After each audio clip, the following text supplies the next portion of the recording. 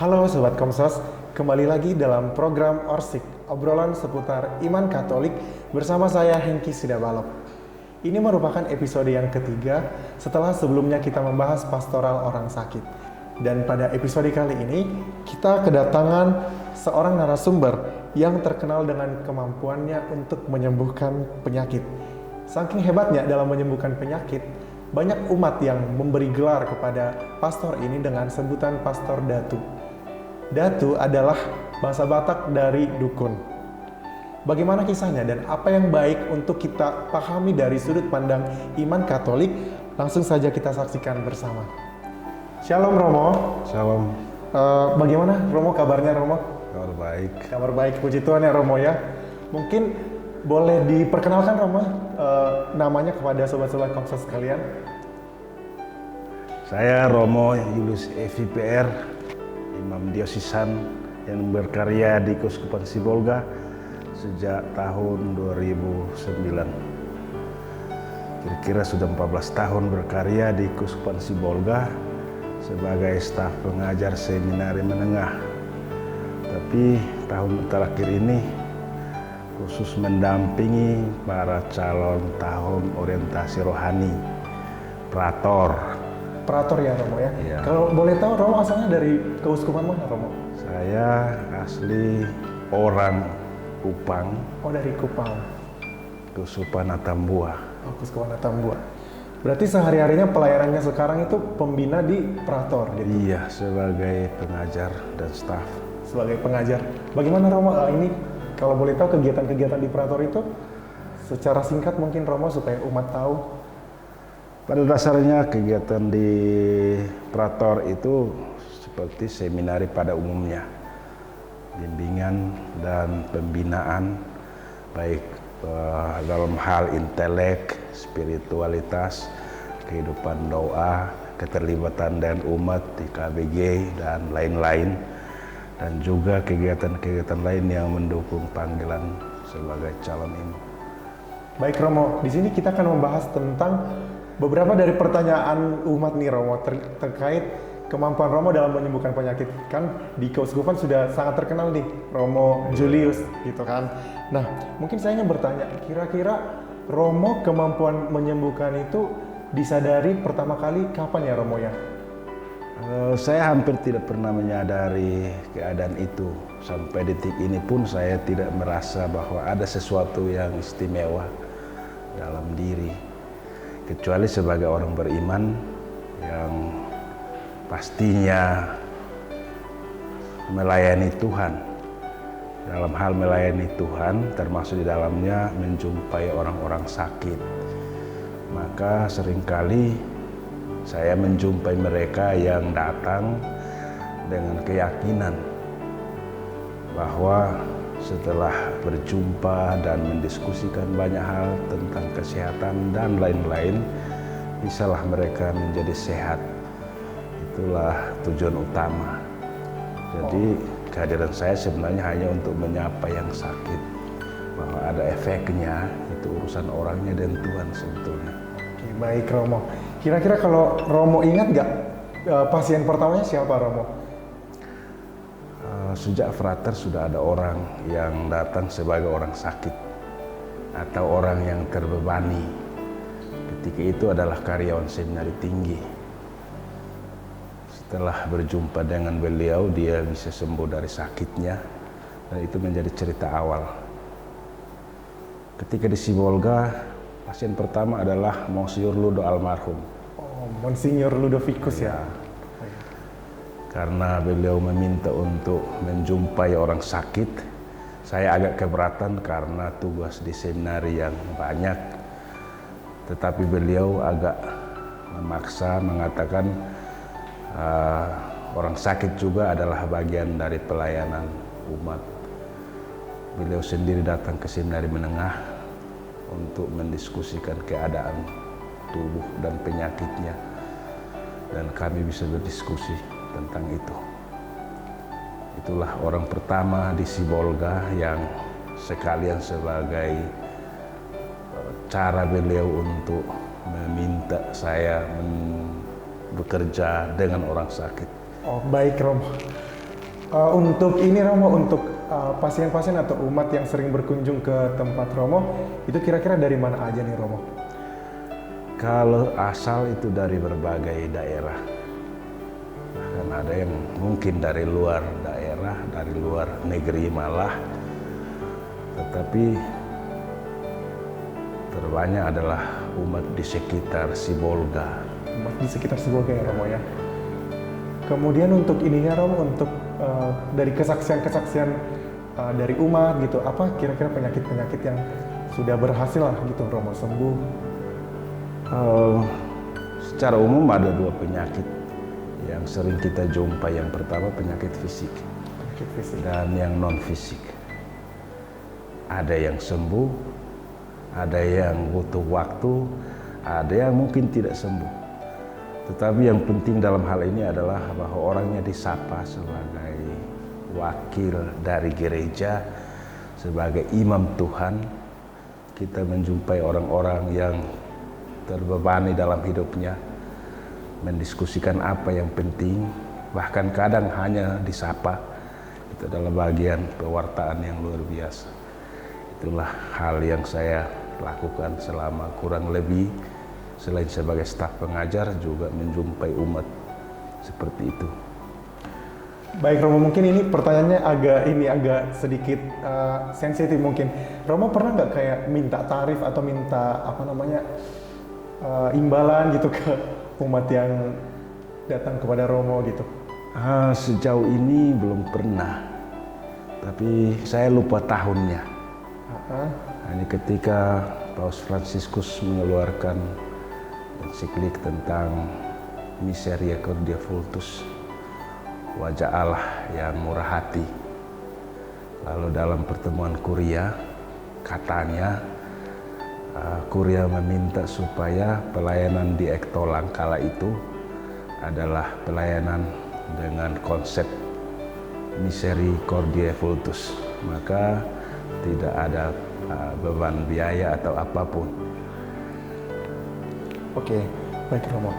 Kemudian kalau di rumah Romo sendiri itu ada nggak alat-alat khusus gitu yang Romo gunakan gitu untuk membantu umat?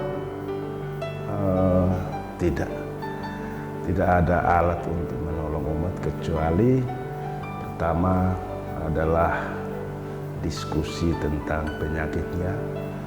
Lalu kita buatkan kategori, ini penyakit fisik atau yang non fisik. Ini penyakit adalah penyakit yang bisa ditangani oleh dokter atau tim medis, atau yang di luar dari dokter, atau adalah kerjasama antara dokter dan yang bukan dokter. Oke, baik Kita Romo. menolong dengan memberikan dukungan spiritual dan kita berharap sembuh. Baik. Boleh diceritakan sedikit Romo mungkin tentang penyakit non fisik? Penyakit non fisik sebenarnya tidak terlalu jauh berbeda dengan penyakit fisik, tapi pada dasarnya itu terkait dengan hal-hal emosional yang tidak tertata sewajarnya, maka orang menjadi sakit karena tidak sanggup mengendalikan kejiwaannya. Misalnya karena amarah yang tidak terkendali, orangnya terganggu jantung. Karena masalah sedih yang tidak diolah, orangnya menjadi sakit gangguan hati. Atau karena orang yang tidak sanggup mengelola rasa jenuh atau bosan, dia mengkondisikan ginjalnya menjadi bermasalah. Itu penyakit yang diakibatkan oleh keadaan non fisik yang juga sebenarnya adalah penyakit fisik. Ada hal lain, misalnya gangguan mental. Gangguan mental itu karena menurut medis mungkin depresi atau tingkat 1, 2 sampai tingkat 7 misalnya, dan semakin tinggi tingkatannya penanganannya itu khusus, termasuk di dalamnya doa. Baik Romo, saya sendiri punya pertanyaan sebenarnya untuk Romo. Banyak yang bilang Romo Julius ini bisa melihat makhluk-makhluk yang bukan manusia gitu. Itu benar nggak Romo kira-kira ya? Sebenarnya persoalannya pertama-tama kita sesuaikan dulu pemahaman kita bahwa ciptaan Tuhan itu ada yang nampak di mata, ada yang tidak nampak di mata. Yang nampak di mata ya ciptaan seperti manusia dan lain-lain yang hidup. Yang tidak nampak di mata hidup juga tapi terbuat dari cahaya, makhluk astral. Dan semakin kita nyaman hidup, makin tenang, mungkin kita bisa merasakan atau melihat yang astral. Dan itu bukan luar biasa, bagian yang sangat biasa hanya karena tidak nampak di mata oleh manusia pada umumnya, maka kategorikan sebagai yang luar biasa atau yang aneh. Iya, betul. Pada dasarnya itu biasa, karena Tuhan pun tidak nampak di mata, tapi ada. Oh ya, baik. Ciptaan lain pun begitu. Ada yang nampak di mata, ada yang tidak nampak di mata. Berarti Romo bisa nih nengok yang tidak nampak di mata pada umumnya gitu ya Romo? Kadang-kadang. Kadang-kadang ya Romo. Oke, baik Romo. Kemudian ada nih Romo yang menanyakan, Romo bisa nggak mengobati orang yang kesurupan? Banyak. Banyak ya Romo ya? Iya, tapi kategori kesurupan itu kurang lebih ada dua. Yang pertama kesurupan yang disebabkan oleh gangguan dari makhluk lain, makhluk astral, dan gangguan dari psikologi. Perbedaannya kalau yang dari hal lain yang mungkin unsur negatif, begitu berdoa atau kita menurut tradisi Katolik kita menyiramkan air kudus akan sehat orangnya. Itu pertanda bahwa ada gangguan dari makhluk lain atau ada unsur negatif. Tapi kalau psikologi, berdoa berulang-ulang oleh pastor bahkan oleh siapapun tidak bakal sembuh, berarti orangnya stres. Itu adalah tandanya. Jadi kalau kita berdoa sekali dan orangnya sembuh, berarti memang itu kerasukan murni. Jika tidak sembuh, yakinlah itu stres. Ya. Berarti gangguan psikologinya ya Iya. Pastor ya? Oke, baik. Kemudian saya ingin menanyakan Romo, ada nggak kegiatan yang khusus Romo lakukan sebelum mengobati? Misalnya nih seperti puasa atau pantang gitu Romo? Yang biasa adalah kegiatan rohani pada umumnya. Doa brevir, doa rosario, perayaan ekaristi, meditasi. Hal-hal itulah yang biasa saya lakukan, tidak ada yang lebih khusus. Karena saya tidak pernah merasa sebagai orang yang memiliki kekuatan menyembuhkan. Yang menyembuhkan adalah Tuhan. Siap. Dan orang-orang yang mau sembuh adalah orang beriman. Semakin beriman kepada Tuhan, makin cepat sembuh orang. Baik, baik Romo. Romo, bagaimana pandangan Romo nih tentang imamat dan kemampuan Romo dalam menyembuhkan? Apakah saling mendukung atau bagaimana Romo? Pada dasarnya imamat itu adalah pekerjaan suci dari perintah kitab suci. Tuhan yang memiliki imamat itu pun menjalankan hal serupa, menyembuhkan. Maka imamat yang dimiliki oleh Imam Agung Tuhan kita Yesus Kristus mempercayakan pekerjaan lain dari Tuhan, yaitu menjumpai, menyapa, juga menolong orang-orang yang sakit, yang menderita. Maka antara imamat dengan orang sakit sebenarnya terkait satu dan yang lain. Berarti saling mendukung ya Romo ya? Iya. Dengan kemampuan Romo. Nah mungkin kan di luar sana juga banyak nih Romo yang mungkin bisa nih, orang mungkin mengatakan kalau dia bisa menyembuhkan penyakit itu. Tapi apakah kemampuan itu berasal dari Tuhan gitu? Bagaimana pandangan Romo nih dari sudut pandang Katolik gitu? Ya, pada dasarnya apa yang terjadi kitab suci yang kita gunakan, bahwa yang sejalan dengan kita, yang menggunakan doa sebagai sarana untuk menjumpai orang sakit adalah juga bagian dari karya Injili. Bahwa orang sembuh itu adalah bagian dari karya yang menghidupkan, seperti Tuhan menghidupkan kita dan roh. Demikian juga orang lain yang mungkin menyembuhkan dengan cara yang berbeda, sejauh melibatkan Tuhan itu adalah karya Tuhan sebenarnya. Hanya cara memandang atau persepsi kita mungkin beda, tapi pada dasarnya orang menyembuhkan atas nama Tuhan adalah bagian dari karya Tuhan. Baik, saya menangkap nih bahwa ternyata dalam penyembuhan yang di luar sana ya Pastor ya, berarti itu kalau misalnya dia sejalan dengan ajaran Tuhan, berarti bisa dikatakan itu berasal dari Tuhan gitu ya Pastor ya. Iya. Bagaimana pandangan Pastor nih yang di luar sana yang dia tidak percaya Tuhan gitu, tapi punya kemampuan itu? Kita hampir tidak mengetahui banyak rahasia di dunia, termasuk Tuhan pun kita tidak tahu bahwa seberapa dahsyatnya Tuhan itu. Barangkali orangnya memiliki cara atau pendekatan yang mungkin berbeda dengan kita, tetapi pada dasarnya kegiatan menyembuhkan orang sakit, menolong orang sakit menjadi sembuh adalah satu perbuatan yang menopang cara menghidupkan, cara menyambung hidup. Dan itu adalah karya Tuhan sebenarnya, adalah perbuatan baik dan benar. Maka kalau Tuhan menciptakan manusia, menghidupkan manusia, kemudian ketika kita sakit dan sembuh kita berpikir bahwa itu adalah karya Tuhan, maka orang-orang itu adalah perpanjangan tangan Tuhan. Oh, baik Romo, berarti orang-orang di luar sana pun bisa jadi perpanjangan tangan Bisa Tuhan. saja Pastor. ya, bisa. Kemudian Pastor ada nih yang menanyakan, apakah kami bisa melakukan penyembuhan terhadap diri kami sendiri? Itu bagaimana ya Pastor ya? Semua bisa menyembuhkan dirinya sendiri. Asalkan kita punya keinginan, punya kemauan. Bahkan caranya sederhana sebenarnya. Hanya karena seringkali manusia tidak sadar bahwa dia sendiri bisa menyembuhkan dirinya. Memang ada penyakit tertentu yang sulit, misalnya yang diakibatkan oleh genetika. Genetika itu mengkondisikan orang itu kalau sakit ya sulit untuk disembuhkan.